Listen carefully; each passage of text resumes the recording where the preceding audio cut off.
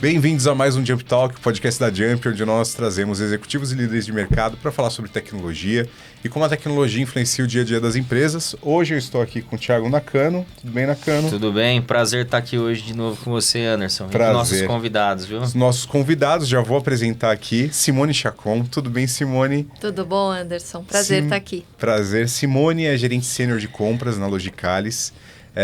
Ela vai falar um pouquinho sobre a carreira dela daqui a pouco. E a gente também está com o Antônio Lepiani, também gerente de compras. Prazer. Prazer em conhecê-lo, porque a gente se conheceu hoje, né? Nos conhecemos hoje. Perfeito. Prazer em te conhecer e prazer em receber você aqui no podcast também. Obrigado pelo convite. Bacana. Simone e Antônio, eu queria fazer uma pergunta para vocês. A primeira pergunta: não é o sonho de nenhuma criança trabalhar com compras. Nunca vi nenhuma criança falar assim, eu queria trabalhar muito na área de compras. O meu era ser motorista de ônibus. Motorista de ônibus, perfeito. Quando criança. Perfeito. Depois, quando adolescente, piloto de avião. Não upgrade. Evoluiu um pouquinho. Simone, eu acho que não também, né? Não. Eu acho que isso mudou um pouquinho, viu, Anderson? Porque hoje em dia você tem faculdades de compras. Perfeito. Então, quer dizer que as pessoas podem se mudar e, quando criança, falar, não, eu quero ser comprador. Vai que, né? Agora eu quero as ser coisas estão comprador. mudando, as coisas estão mudando. Mas antigamente não era isso mesmo, não. Meu sonho era ser veterinária. Veterinária. O meu também. Eu queria entender como que vocês chegaram na área de compras. Como que foi a carreira de vocês até chegar na área de compras? Bom, eu caí, literalmente, né, na área de compras. Eu trabalhava na Ambev, numa parte de estratégia de mercado, dando um suporte para a área de vendas. E recebi um convite para trabalhar no Unibanco como compradora júnior. Para mim, compradora era aquela pessoa que ficava atrás da mesa, pegava o telefone, fazia 3 cotações e era isso, né? E quando eu entrei no banco, eu percebi que era uma área totalmente diferente, tinha muita estratégia, né? E a forma como você lidava com a situação era bem dinâmica e eu gosto desse dinamismo de desafios. E aí, a partir disso, eu me apaixonei. Eu tô há um pouco mais de 20 anos na área, passei pelo banco. Depois fui para a AES, que se transformou em Enel, eu fiquei 12 anos nessa empresa. E saí de lá por um convite da Logicalis, que hoje eu tenho 5 anos de empresa já na Logicalis. E não me vejo fora da área, assim. Realmente, para mim, é o que eu gosto, assim. Eu gosto desse dinamismo, desse desafio, dessa busca de olhar para aquilo pronto e falar, poxa, eu ajudei a empresa a construir isso, né? Porque eu acho que a área de compras tem esse papel. Com certeza. Muito bacana. E você, Antônio? Bom, se a Simone caiu de paraquedas, eu despenquei do espaço.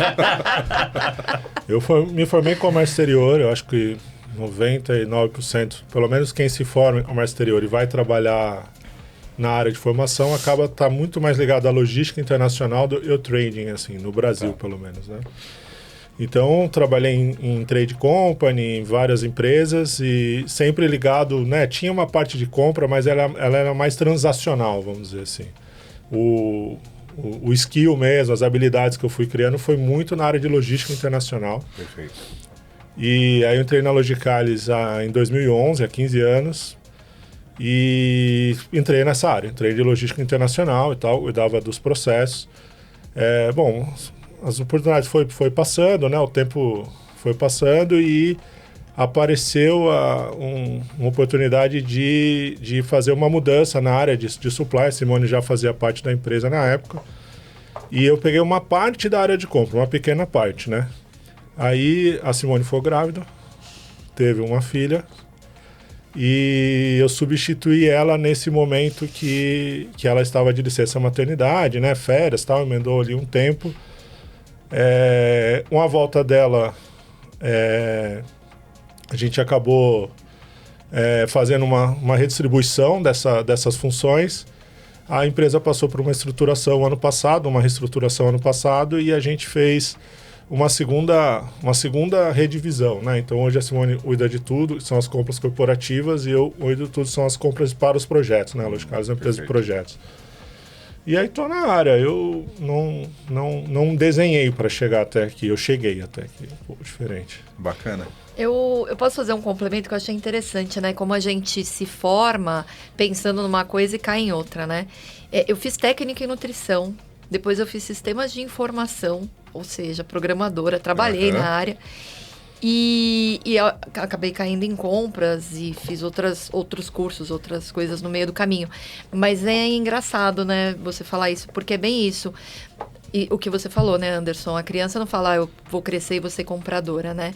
Então, e eu queria ser veterinária. Então, você vê que, assim, né, a vida, ela vai tomando os rumos e você vai passando e as coisas vão acontecendo e você vai escolhendo se você quer seguir nesse caminho ou se você quer desviar.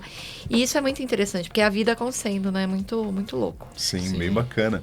E pelo que você disse, agora tem formação pra tem, você ser agora comprador, tem pós-graduação. Graduação também. Né? Graduação também? E pós-graduação. Caraca. Que legal. Tem Então é um até mercado que tem evoluído muito. Tem. Sim, tem até institutos que estão hoje voltados para a área de compras, né? Exato. A Live University, por exemplo, tem uma carreira em compras. Assim, né? Próprio Einstein. O Einstein tem a O universidade Einstein tem cursos de que compra, tem tal. para medicina e tudo mais, tem para compras. Tem para compras e aí especializado para hospitalar, imagino, para medicina.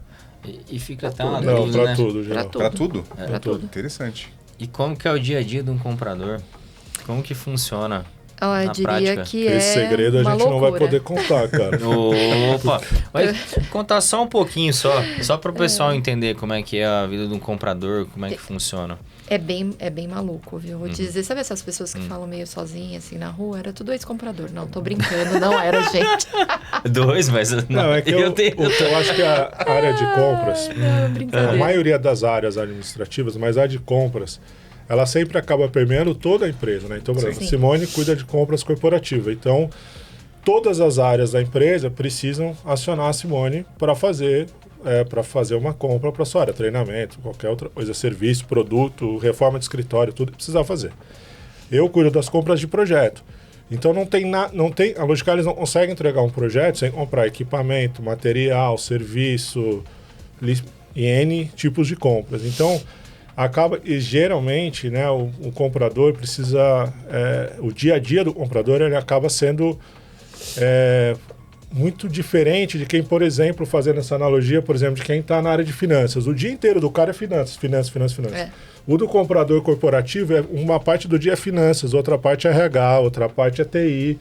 Né? O meu, uma hora é um projeto X, outra hora é o projeto Y. O cara está no projeto X, a vida dele é aquele cliente, aquele projeto. O nosso dia a dia da área de compras, né, de projetos na Logicalis, cada meia hora do dia eu estou num projeto diferente. Entendeu? Então, acaba que a dinâmica, o número de pessoas que você fala e se relaciona ao longo do dia é muito grande. Eu chego, né, eu não acompanho mais, mas o Teams lá, ele tinha lá quantas pessoas você se relacionou por e-mail, Teams, etc. Lá. Ele me manda ainda lá o relatório semanal. Resumo diário. Cara, passa de 100 pessoas uma semana.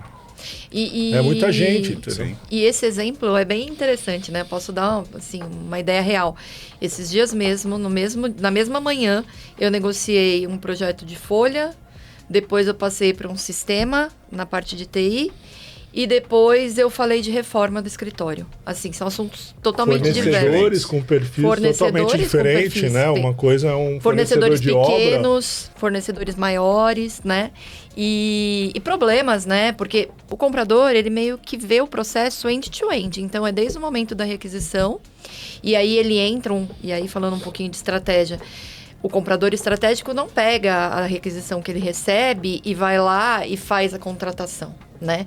Ele pega aquela requisição, ele vai analisar, ele vai ver se a especificação técnica está clara, porque assim, né, gente? Garbage in, garbage out. Se você colocar lixo, você vai colher lixo. Então, se está ok, ele dá sugestões de melhoria, e aí ele planeja o processo, né? Como vai mandar para o mercado, como quer receber, se a minuta contratual tem que ir junto. Então, tem toda uma cadeia de coisas acontecendo. E no meio desse grande projeto, às vezes acontece alguma coisa e a gente precisa interceder numa nota fiscal que não foi paga e ajudar o nosso time fiscal a falar com o fornecedor, ao fornecedor saber se foi, né, se recebeu, se essa nota foi recebida, se não foi, o sistema de nota fiscal que a gente acaba entrando também, né, Lepi? Então, tem muita coisa ali que acontece que não está previsto na gestão do tempo do comprador e ele tem que ajudar. Muita interferência com os stakeholders, né, com as áreas. Até a qualidade do produto e serviço. A qualidade do produto. Contrata lá uma empresa, vai fazer a obra, ou contrata um prestador de serviço para o projeto. O prestador de serviço não presta um bom serviço. Aí você acaba sendo envolvido para resolver um problema do projeto. Sim. Então você media aquela situação, né? Você, como compras, vai ser o mediador entre o fornecedor e o cliente, porque tem os dois lados para escutar. Então, como que a gente pode ajudar a empresa, mas também não ser injusto, né? Sim. Porque eu vejo muito a área de compras como uma área que ela tem que ser justa, transparente, né? Equalizar as coisas para que a gente possa ouvir o mercado e também atender a empresa. Perfeito. Fora a parte de gestão de fornecedores, né? Que é uma outra coisa aqui que a gente ambos estamos envolvidos. Então, também eu acho que tem um critério muito dinâmico e diferente. Ou seja, não é fácil. Ou seja, fácil. voltando lá na minha fala, aquela pessoa que fala sozinha e tal. E aí eu queria fazer uma pergunta, trazer um negócio que você falou logo no comecinho da sua fala, que quando você começou era aquela compra tradicional, né? Fazer 3 orçamentos e aí mandar para pessoas 3 orçamentos, ver lá qual era o mais barato. E a gente estava conversando até um pouquinho antes, né? Dessa questão de compras, olhar não só para o preço, mas para a qualidade do serviço, né? E vocês trouxeram muito disso nessa fala. Isso é um movimento, esse olhar mais estratégico de compras é um movimento mais recente? Há quanto tempo isso tem acontecido? E qual a importância que vocês veem nisso e a evolução para o futuro? Eu acho assim que não é recente, né? Eu acho que eu tô há 20 anos e há muito tempo atrás, sei lá, eu diria que uns 15 anos eu já fiz treinamento de strategic sourcing, né? Voltada para compras mais estratégicas e tudo mais. Mas eu acho que o mercado e as empresas enxergavam compras muito como uma área de suporte, né? Colocador de pedido. Então eu faço, você coloca o pedido porque eu preciso pagar, né? Então tenho lá um CRM que tem que funcionar para conseguir pagar o fornecedor e está tudo dentro de compliance. E eu acho que muitas empresas ainda enxergam a área de compras dessa forma. Só que eu vejo diferente. Eu vejo a área de compras, e desde muito cedo, como um coração da empresa. Ela pode ajudar, inclusive, na margem, né? Porque se ela conseguir botar um olhar estratégico, fazer um projeto, um processo a 4 mãos, porque eu acho que não anda sozinho, né? Tem a parte técnica, tem a parte comercial, tem a parte de reputação do fornecedor, de pesquisa financeira dele, enfim, toda a responsabilidade que isso agrega. E se você conseguir fazer um projeto bom, você consegue tirar o melhor, né? E eu acho que também mudou muito aquela visão do ganha-ganha, ganha-perde, né? Eu preciso espremer o fornecedor e arrancar sangue dele, né? Eu lembro que quando eu entrei, tinha um superintendente no banco que ele deixava o comprador sentado de costa para a porta e numa cadeira que talvez balançasse para ele ficar tenso, sabe? Coisas assim. Eu não vejo mais isso, acho que evoluiu. Porque eu acho que o bom relacionamento, ele perdura, né? E se você faz um processo que ambos os lados ganhem, com certeza, assim, eu não tenho dúvidas que isso vai perdurar e vai ser uma relação saudável. Se você arranca o sangue do futuro parceiro, ele vai perder ali, mas na próxima, ele não vai perder. Ele vai trazer um preço mais alto para dizer que ele te deu alguma coisa, mas ele não vai perder, né? E eu acho que uma palavra que eu odeio, você me dá um desconto? Comprador estratégico não pede desconto. Desconto a gente pede na feira, comprando banana, né? Comprador estratégico estuda o que está comprando. Faz uma análise do preço, do custo do fornecedor. E entende o que faz sentido, o que não faz sentido e chega num preço justo para ambas as partes. Então, acho que mais ou menos esse caminho. Eu acho que essa é a visão que está se estruturando melhor e que a gente escuta muito, né? Eu queria complementar, na verdade, mais um ponto de vista. Eu acho que não é só para compras, eu acho que é para qualquer área, né? E o estalo para mim, eu vou falar agora, veio uma vez uma conversa, né? Se a pessoa ouvir, ela vai saber quem é. A pessoa falou para mim que eu falei, poxa, tá difícil crescer aqui, ou né, não tá legal, o que eu faço? Trocando ideia, um outro colega de mercado, né? Na verdade, um fornecedor na época, mas que virou amigo e tal. E aí ele virou e falou, cara, o seu trabalho, como você impacta o resultado da empresa? Aí, na hora, eu pensei assim, falei, cara, não sei nem te responder. Né? Não sei, eu não entendi a sua pergunta, né? Não sei nem te responder. Não entendi nem a sua pergunta. Cara, eu compro o que me mandam comprar. Eu não, né? Ou, na época, eu ainda estava em logística. Eu faço a logística do que chega para fazer a logística. Falou, cara, vai ser difícil a empresa te enxergar como uma pessoa de valor para a empresa, né? Você só vai crescer, ficar caro para a empresa e ser substituído. Esse é o caminho, né? Agora, se você é uma pessoa que gera... que impacta no negócio da empresa, e aí pode ser em qualquer área, né? Finanças, recursos humanos, projeto, e procurement, e compras. Sim. Então, eu acho que esse, para mim, é um insight, assim, ou você é assim, não importa em que área você está, ou com o tempo você vai ser o cara mais transacional, e a esse cara a tecnologia vai se substituir. Substituir, né? Esse cara... Né, alguma tecnologia vai te substituir em algum momento, ou você vai ficar caro e aí alguém mais barato vai fazer o seu trabalho, né? Então eu vejo muito por aí. Agora, eu não acompanhei toda a área de compras, como eu migrei há 5 anos, né, mais ou menos, né? Quantos anos tem a Nina? A Nina tem 3 anos e meio. Vamos pôr uns 4, 5 anos, eu migrei mais ou menos para a área de compras, então eu não acompanhei tudo, mas para mim é muito isso, né? Hoje o nosso dia a dia é como que a gente pega os processos e deixa eles com uma fluidez, sem precisar o comprador gastar muito tempo em cima daquele processo, seja qual for o processo, para que ele possa, exatamente o que a Simone falou, ele possa atuar na estratégia, né? Hoje mesmo de manhã eu tive uma reunião com o pessoal sobre um tema, eu falei, cara, eu não quero discutir aqui por que a gente errou. E se está certo ou se está errado, né, a minha informação. Eu só quero dizer o seguinte, quem foi para resolver essa questão não estudou o caso antes.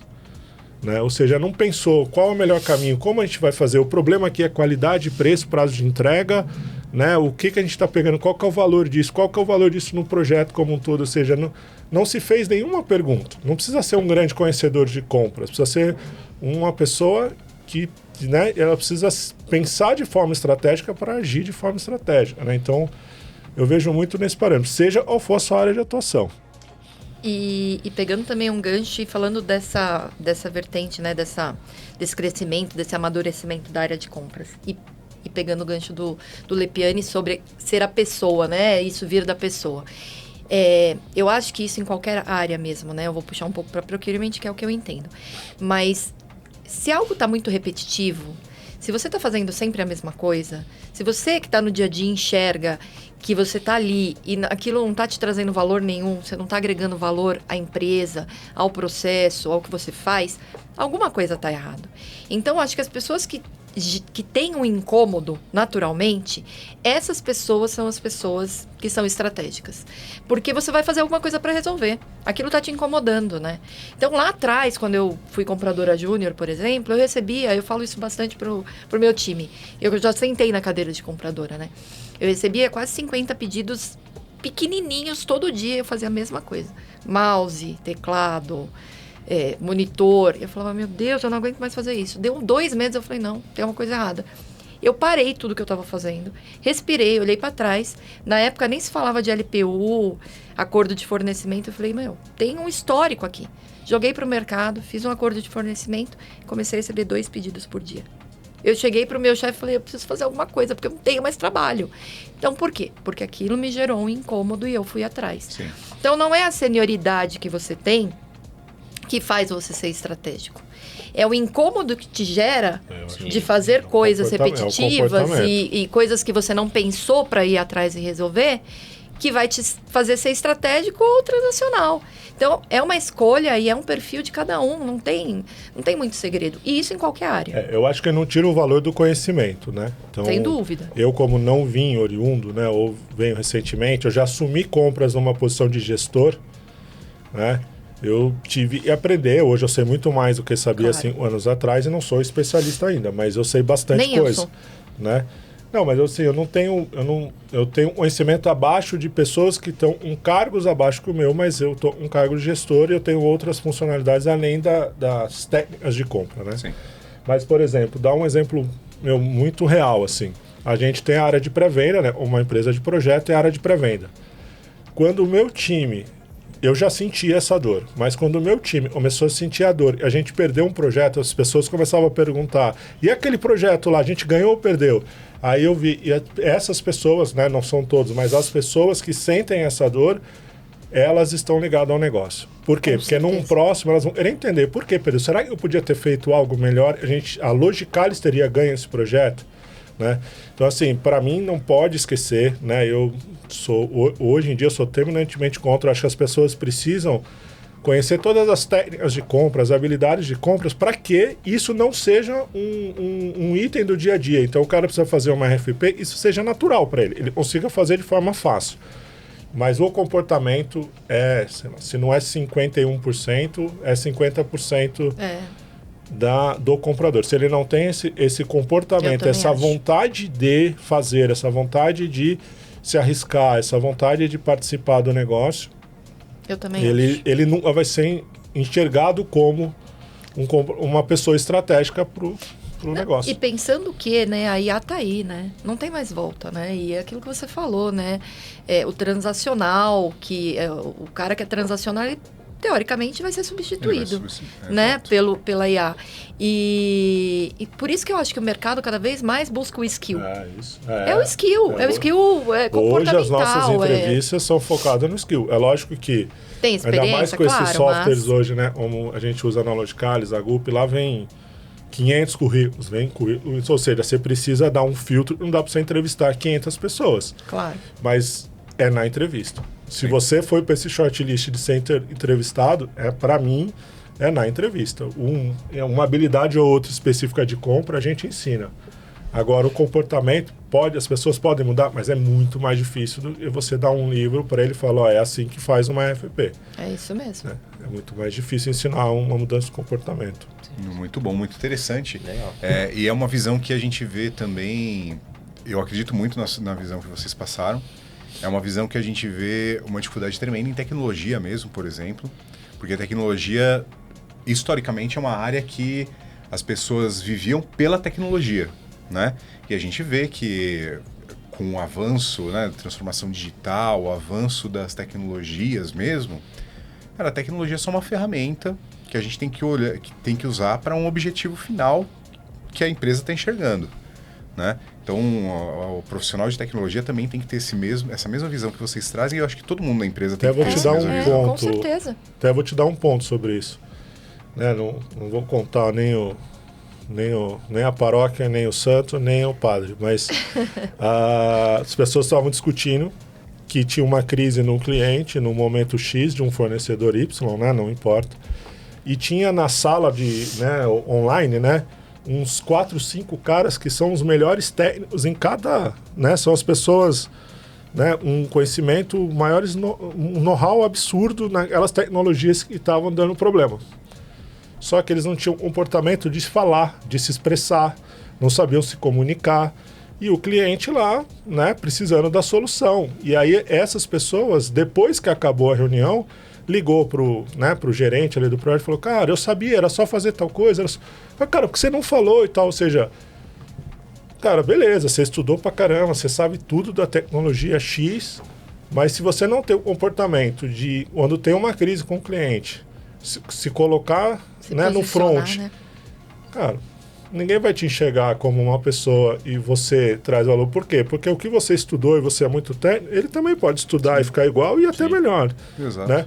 Mas o comportamento é muito difícil igualar. Então, acho que, né, antigamente falando de soft skills, e tal, para mim...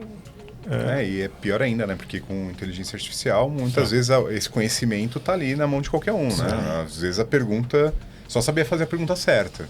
Exatamente. O prompt é isso. Né? Exato. Se você souber montar um bom prompt fazendo a pergunta certa.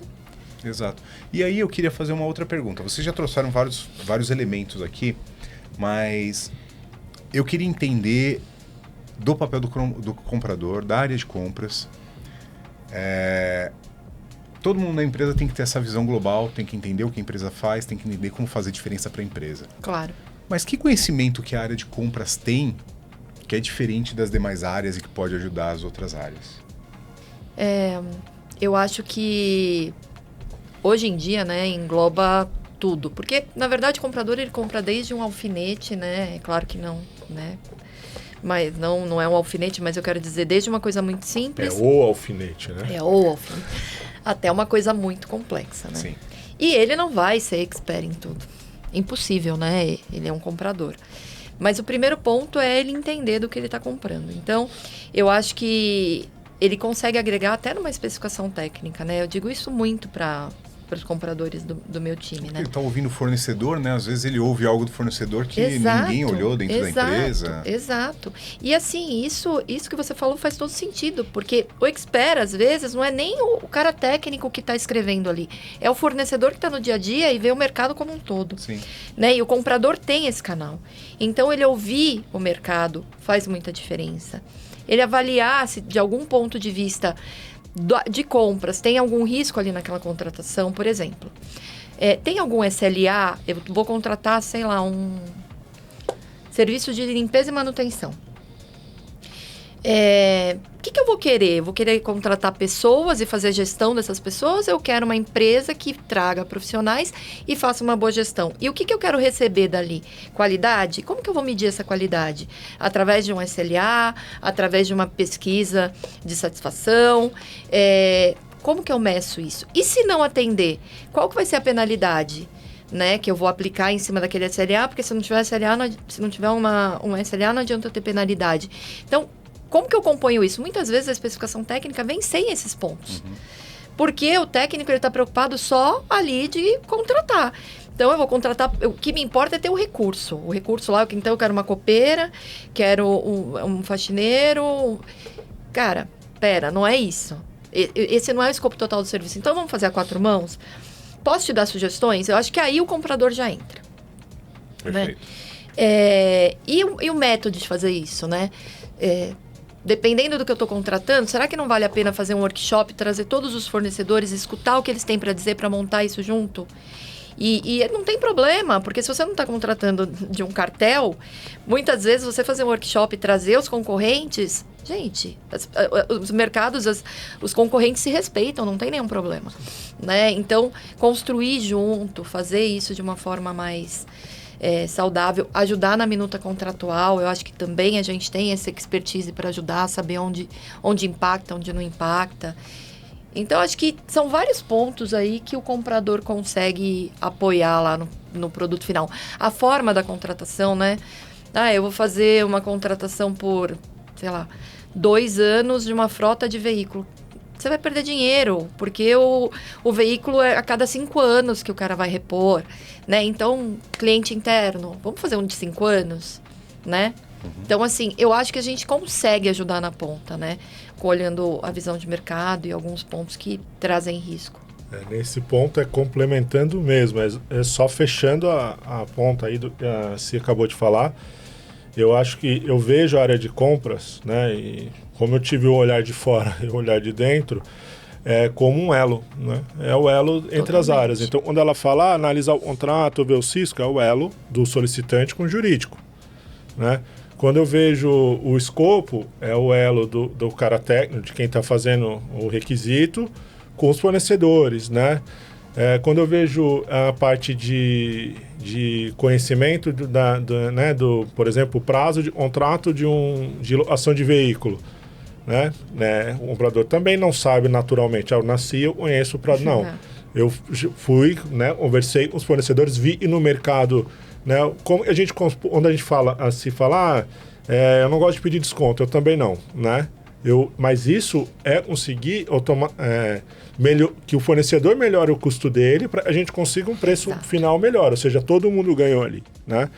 Então, ela não sabia, mas conversando com as empresas de locação de veículo, elas vão mencionar, vão falar, poxa, eu vou perguntar para ela como que eu faço para a gente conseguir um preço melhor. Aí ela vai me responder, se você fizer um contrato de 5 anos, como eu amortizo o carro em 5 anos, eu vou te cobrar 20%, 30% a menos, um X a menos, legal. Então, para mim, a área de compras, fazendo, né, fechando um pouco tudo que se explicou aqui, É o elo entre todas as áreas da empresa, né? Do EasyTouch com todas as áreas da empresa. E um outro ponto, né? E eu concordo totalmente, eu acho que a gente é um elo mesmo, né? Por isso que a gente tem que olhar mesmo o processo end-to-end. Mas fazendo um outro ponto, a parte da ferramenta, né? Que aí eu acho que é um skill técnico do comprador, ferramenta de negociação, estratégia de negociação e tudo mais, que é algo que as pessoas pensam, não, é só lá e falar, não, seu preço tá caro, mas baseado no quê, né, gente? Baseado no quê? E muitas vezes, dependendo do que você vai contratar, você consegue pedir uma abertura pro fornecedor, né? E ver o custo dele. E isso não quer dizer que eu tô esmiuçando porque eu quero apertar e apertar e apertar. Eu já tive casos, por exemplo, de contratação... Ao contrário, né? Às vezes até para defender o preço, Exatamente, né? exatamente. Fala, cara, olha, a margem dele já tá no mínimo, Exatamente. O resto é custo. Eu tive um processo, não na Logicalis, de contratação de segurança, e eu fiz um shoot cost que é o quanto deveria custar, né? Então, a gente fez a nossa base e a gente fez o dos fornecedores, a mesma planilha. E quando chegou e a gente foi comparando com o que deveria custar e com o que o mercado trouxe, eu pude ver que o BDI de alguns fornecedores estava muito pequeno, baseado em tudo que o mercado estava me trazendo. E eu cheguei a falar para o fornecedor, olha, seu BDI está muito pequeno. Você vai ter um problema de equilíbrio econômico financeiro no futuro. E você vai bater na minha porta se eu te contratar. E eu não vou te dar mais dinheiro. E você vai quebrar. Então eu não posso. Eu sou irresponsável se eu te contratar dessa forma. Você vai ter que aumentar seu BDI. Então veja, a gente tem esse olhar por trás pra gente não prejudicar o outro lado, porque você é corresponsável. E você pode ter um problema futuro lá na frente. Então é nesse nível. Eu ia brincar aqui por mais Simones no mercado, né? Por mais Simones no mercado, né?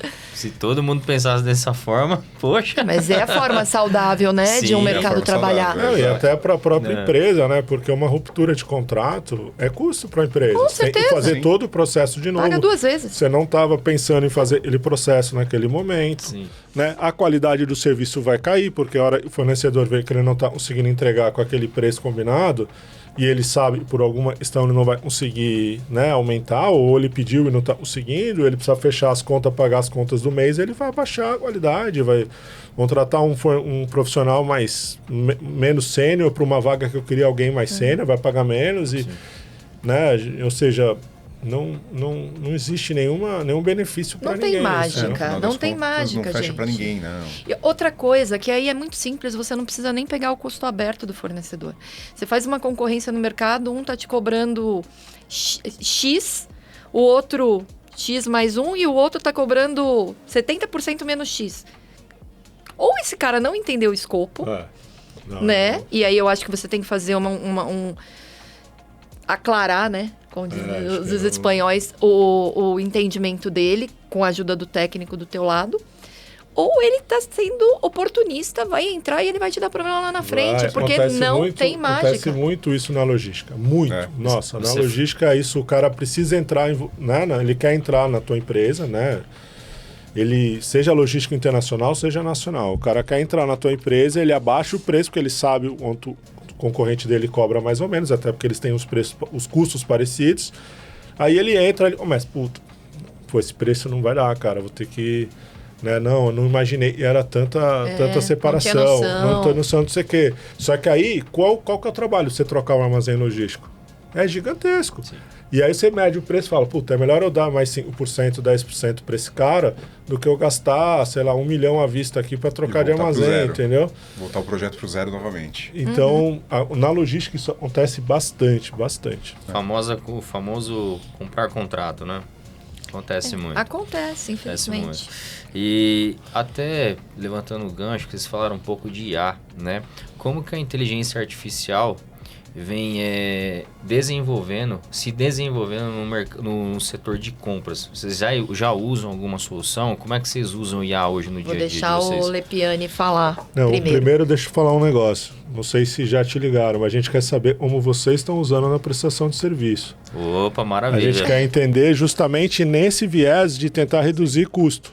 Vamos falar sobre isso. Claro, e você ter uma IA, né? Por exemplo, se a gente vai contratar um cara para fazer código, com a IA, ele, né, não vou nem entrar nos méritos do tempo e tal, mas ele vai ser mais rápido, com certeza. Então, uma das coisas que eu pedi para o time, por isso estou perguntando, não sei se já ligaram para a Marcela, para alguém, mas de a gente entender quais são os fornecedores que estão drivando isso, Sim, né? sim. Porque pode ser bom para todo mundo, né? Sim. A Logicalis está um projeto muito interessante, a gente está chamando de embaixadores de IA, e a ideia do projeto é que uma área de TI, de IA, 1, 2, 3 de IA, não vão dar throughput em toda a demanda, né? Então a ideia é que todas as áreas da empresa tenham pessoas habilitadas para isso, e estão surgindo coisas muito legais, assim. Nossa, na Logicalis tem surgindo muito legais. Então, na área de finanças, o pessoal desenvolveu uma IA que fica olhando o mercado e cruza um pedido do cliente para saber se eu tenho pedidos, se eu tenho faturas em aberto com o cliente, se ele entrar num nível lá e poxa, ele pode sofrer um problema financeiro, se eu preciso tentar antecipar, quais as ações eu vou tomar. Aí na área de RH tem também, na nossa área, né, aí procurement, a gente tem algumas ações, né, de fazer estamos treinando lá uma IA, né, desenvolvendo para fazer comparação de proposta, mas assim, eu vejo muito que, para mim, é meio, e nesse momento, é meio MVP, deixa o pessoal desenvolver, né, deixa o pessoal fazer, mas na sua área tem coisa fazendo igual, e na área, cara, deixa desenvolver, né, deixa gerar, porque as pessoas estão aprendendo, eu mesmo estou mexendo, outras pessoas do time estão mexendo, outras pessoas da empresa estão mexendo, né? E porque eu acho que ainda não temos assim algo muito concreto de falar, olha, essa IA aqui, né, do jeito que a gente desenvolveu, trouxe esse ROI aqui. Né? Acho que o difícil ainda está, o complicado... Como medir, né? Ainda está nesse caminho, mas eu acho que assim... Eu vejo uma vontade muito grande de a gente entender, né, uma empresa onde a gente pode aplicar. Mas se a gente olhar um ano atrás e agora, um ano atrás eu tinha um discurso assim, eu ainda não consegui ver. Eu acho super legal, super bacana, mas, cara, no dia a dia, qual que é a aplicação prática? Eu não via nada assim, falando, nossa, isso aqui realmente mudou o dia a dia do comprador. Agora eu já acho que as ideias que tem vão mudar o dia a dia dos compradores, ainda só estão ainda em amadurecimento, né? Pegando o gancho, né, do que o fornecedor pode apresentar para a gente, né, como viés aí tecnológico, ganho tecnológico com a IA. Hoje a gente tem um fornecedor que ajuda a gente com a gestão de fornecedores, né? Então, os fornecedores, vocês sabem, porque vocês fazem isso também, são nossos fornecedores, entregam as documentações de responsabilidade solidária dentro desse portal, faz a qualificação ou requalificação a cada um ano dentro desse portal, enfim. Na qualificação ou requalificação, a gente faz um due diligence e tem diversos documentos. Antes a gente pedia tudo para o fornecedor, então numa qualificação completa é em torno de 24 documentos. CNDs todas, título de Justiça do Trabalho, enfim, N coisas. Só que muitos são documentos públicos. Então, o que esse fornecedor, a gente chamou ele e falou, olha, tem muita coisa pública. Não faz sentido eu gastar o tempo do fornecedor e o nosso tempo, né? Beleza, desenvolveu uma IA e agora tudo que é público, a IA vai lá, busca, joga dentro do portal e o fornecedor de 24 documentos hoje entrega, sei lá, 10. Uma qualificação completa. Então, já ajudou, o tempo da qualificação já reduziu, né, esse lead time, muito. Tem fornecedor que eu fechei, ao invés de 60 dias, tá levando 4. Então, aí gera valor. Aí ela passa a ser usada. Né? Algumas pessoas vão rir, quem ouvir aí, porque eu vou contar uma história, eu já contei 1000 vezes. Então, vou falar, poxa, lá vem a história, né? Desenvolver aquele óculos de realidade virtual, né? Sim, virtual. Tal. Aí o cara colocou, né, você fazer uma compra no mercado como se você estivesse no mercado mesmo. Então você pega a lata lá de extrato de tomate e põe no carrinho. Pega o arroz e põe no carrinho. A primeira vez que você vai fazer por curiosidade. Você acha muito legal, né? Poxa, mó legal, né? Você tá ali e tal. Mas depois você vai usar o celular no aplicativo do supermercado e vai comprar. Para que você vai usar uma tecnologia que não resolveu nenhum problema? Nesse caso, a tecnologia resolveu um problema. Sim. Ficou mais fácil, né? Ou seja, ficou mais assertivo. Eu não tenho que validar. Já ela está pegando o documento real. Se você vai subir lá, eu tinha que validar. Se você está subindo, era a última versão. Agora, eu não tenho que validar, você não tem que subir.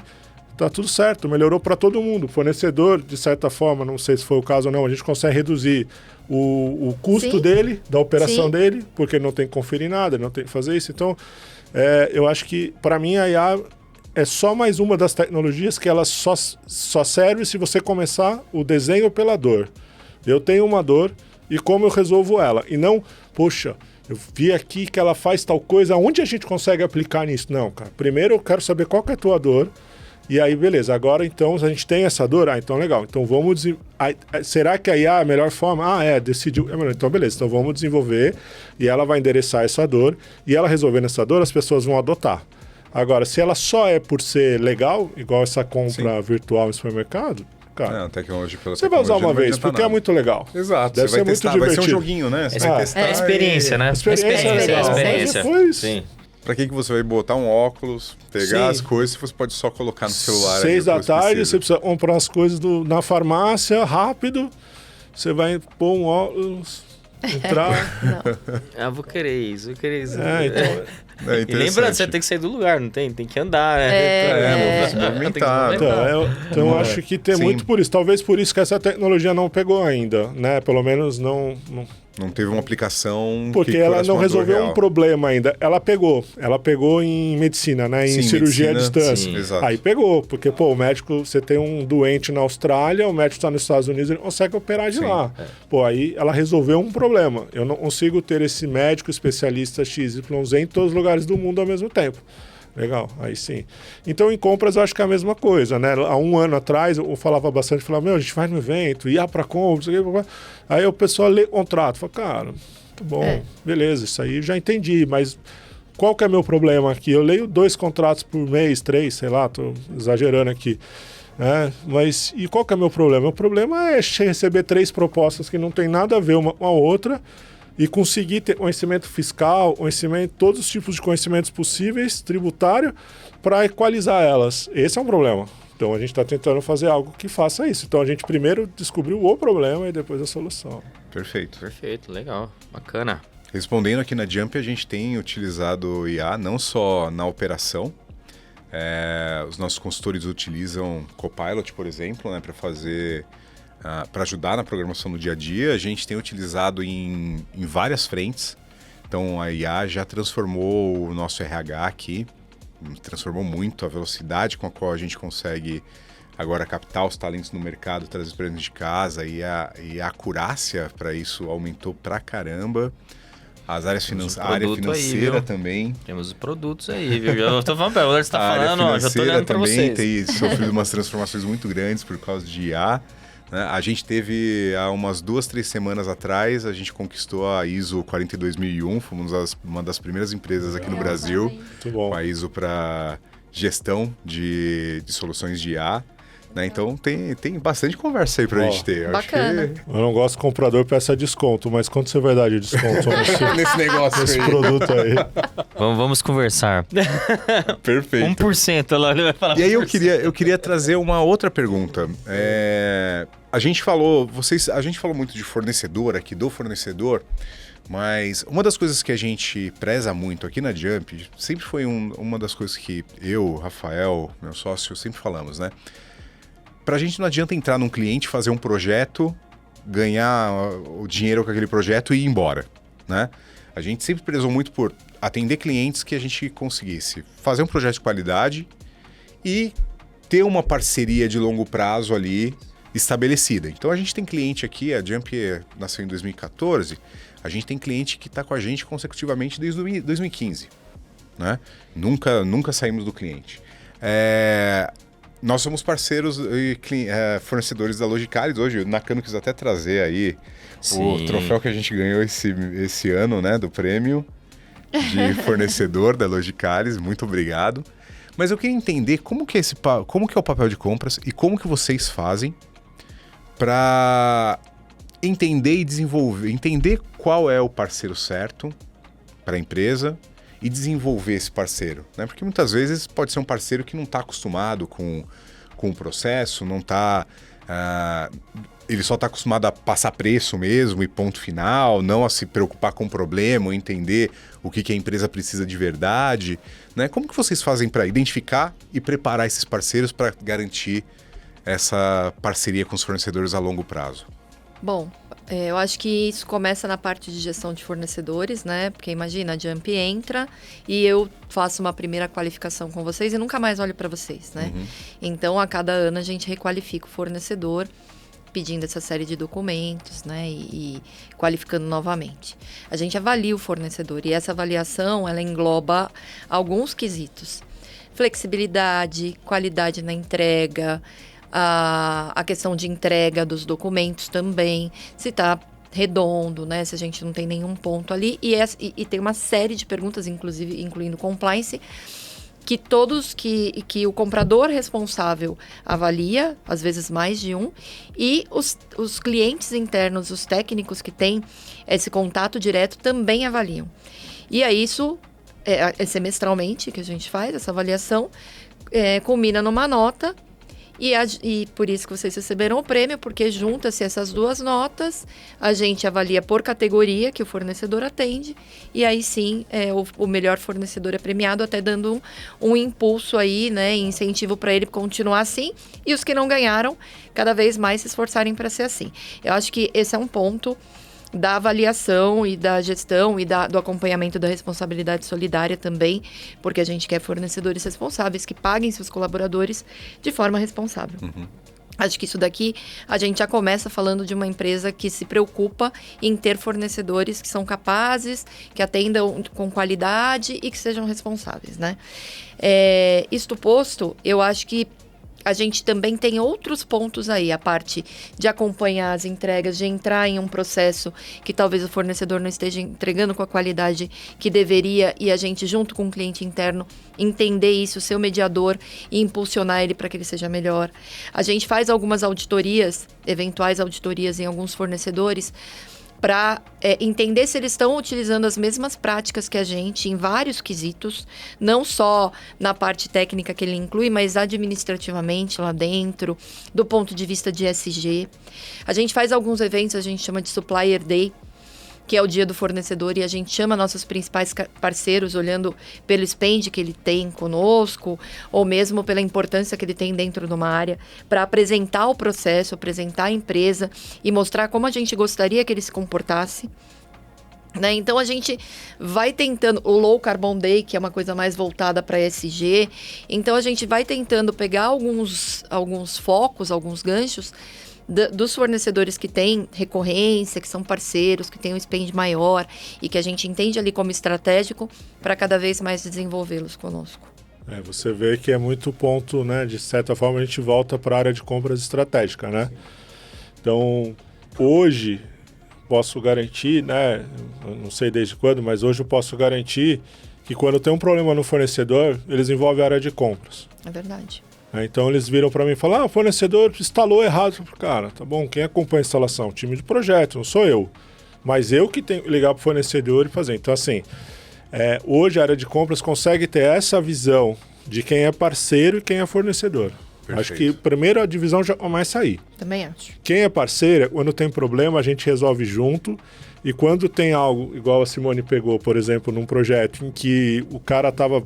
né, e ele ia se dar mal, o comprador também. Isso é o parceiro, a gente vai junto, a gente tem um problema e a gente precisa resolver. A gente tem um projeto, a gente precisa ganhar junto. Se eu ganho, você ganha, se eu perdo, todo mundo perde. Então, acho que essa é a primeira divisão, né? Então, para mim, você identifica, eu identifico na área, aquele fornecedor é um parceiro ou um fornecedor. Para mim, essa é a primeira divisão.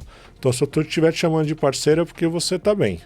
Se eu chamando de fornecedor, é porque você veio, entregou um projeto e nunca mais ouvi falar. Isso fez com que, como todos os problemas acabam voltando para compras antes, por exemplo, no caso da Jump, você ia lá para o time técnico de uma empresa, seja qual for, e o seu contato era o cara. Né? O compra só operacionalizava aquilo que aquele cara decidiu. Cada vez mais isso não é assim. Né? O cara tem que ter, né, a parte técnica, mas cada vez mais o técnico vai entrar talvez numa reunião, quando o escopo tem alguma dificuldade. Quando é um escopo simples de mercado, nem aparece, você nem vai ter contato com a pessoa, né? Muitas vezes, né? E, lógico, como a gente trabalha em projeto, Logical, vocês acabam entrando na pré-venda também, vocês precisam ele dia a dia, a gente saber o que tem e tal, mas... Quando entra para a parte de ganhamos o projeto, precisamos fazer aquisição, muitas vezes o pessoal nem entra na discussão, né? Cada vez mais eu imagino, e vai ficando mais com a área de compras, né? Então, de certa forma, isso volta lá para o começo da conversa, né? Você obriga Total. o comprador a ser mais estratégico. Ele já não está sendo só solicitado de forma transacional, ele precisa agir de forma estratégica, senão... Se E não só o posicionar e, comprador, tudo né? mais, Mas o né? fornecedor também Fornecedor é também. estratégico. Fornecedor. E- Isso como parceiro estratégico. Né? Exatamente. E falando em assumir o papel de desenvolvimento parceiro. também, né? E voltando para o ponto de avaliação, vocês ganharam. Mas os fornecedores que têm uma nota abaixo de 6,9, por exemplo, a gente já determina que tem que ter plano de ação. É a primeira determinação. Então, a gente chama o cliente interno, né, o técnico que está ali do lado dele, e fala, olha, vamos entender aqui a nota que você deu. A gente está aqui para ajudar. A gente cria um planner, a gente monta um plano de ação, primeiro com a área, chama o fornecedor, faz reuniões com a área e o fornecedor, mediadas por compras, e a gente determina prazos responsáveis para que esse plano de ação aconteça. E a gente acompanha o evoluir disso. E aí tem dois caminhos. Ou dá muito certo e o fornecedor na próxima avaliação tem uma nota melhor e a gente entende que ele evoluiu e vamos continuar com esse cara, porque ele desenvolveu. Ou, olha, não dá mais, vamos trocar o fornecedor. Então, a gente faz sim um trabalho para recuperar isso, desenvolver, né? Não é sai cortando, quase caiu meu celular, sai cortando o fornecedor, troca e vamos pro próximo, né? A gente está se encaminhando para o final. A gente... Peraí, o mas eu público queria... fez ou não. Exato. Estão Fez, lógico que fez. reclamando aqui no... A gente que é dessa... A gente tem, na mesa de som tem um botão que faz isso. Eu vou pedir para colocar. Lembra do Jô Soares falava, quando o público fazia, porque a Porque a entrevista conversa foi boa. Eu tô adorando a conversa. Por Até mim, eu porque- ficaria aqui muito mais tempo. Até porque eles estão já... Várias perguntas que a gente tinha pra fazer já foram respondidas assim... Não, já foram, a conversa já Nossa, foi. a conversa foi muito Mas bem. eu queria entender, a gente falou um pouquinho de inteligência artificial, gostei muito desse ponto que o Antônio colocou de, cara, você tem que identificar o problema, e aí a partir do problema você vai ver se a tecnologia é inteligência artificial, se não é, o que vai ser a solução. Eu tive alguns meses atrás uma compra aqui, uma conversa com outro comprador, né? Eu acho que assim, na conversa ele trouxe muitos pontos do que vocês trouxeram aqui, né? Desse olhar estratégico, de entender que compras é esse elo dentro da empresa. E eu queria entender o que vocês olham, o que vocês estão olhando para o futuro da área de compras. Além da inteligência artificial e desse olhar mais estratégico, tem alguma outra tendência na área de compras que vocês acham importante e que está aparecendo agora, que vocês acham que vai impactar o futuro da área de compras? Eu acho que a gente tem que olhar muito para ESG, Tá bom. né? Os fornecedores que são mais sustentáveis. A gente está... É uma questão até de responsabilidade individual, né? Nosso planeta está sofrendo com isso. Então, acho que a gente cada vez mais tem que olhar fornecedores que sejam sustentáveis, que se preocupem com descarte saudável, né?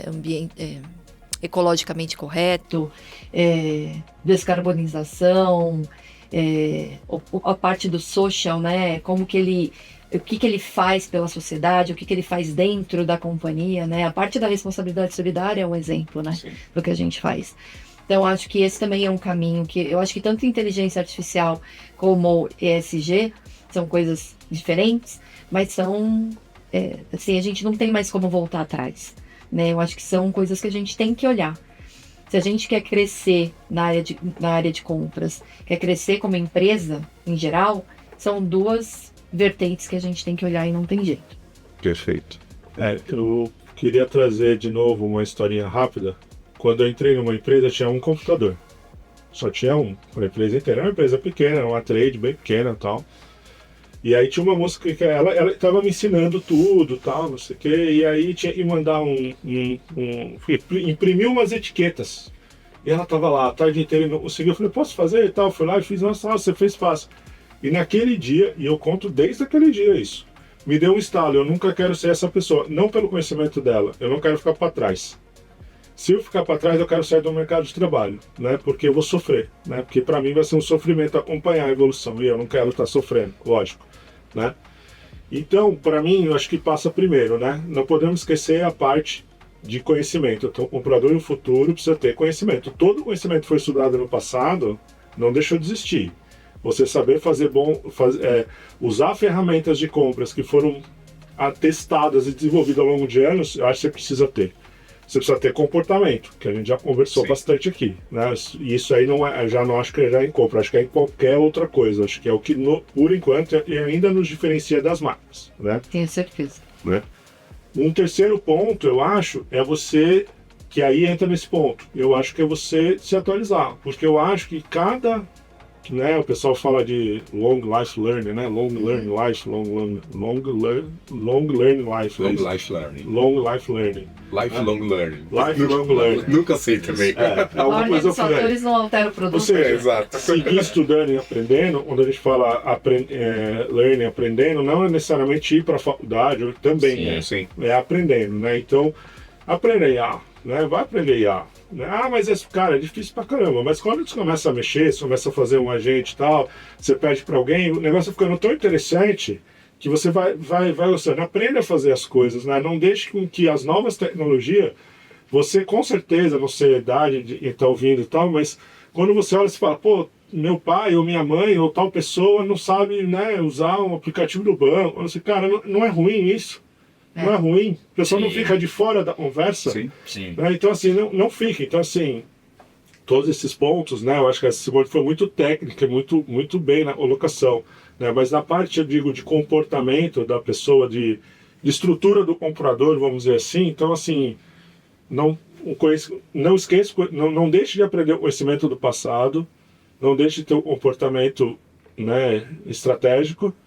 E não deixe de aprender as tecnologias, né? Se atualizar, né? Não acho falar, a IA vai me substituir. Vai, se você não aprender, né? Ela vai te substituir. Agora, se você souber usá-la, né? A seu favor, inclusive, né? Porque é um ótimo assistente, by the way.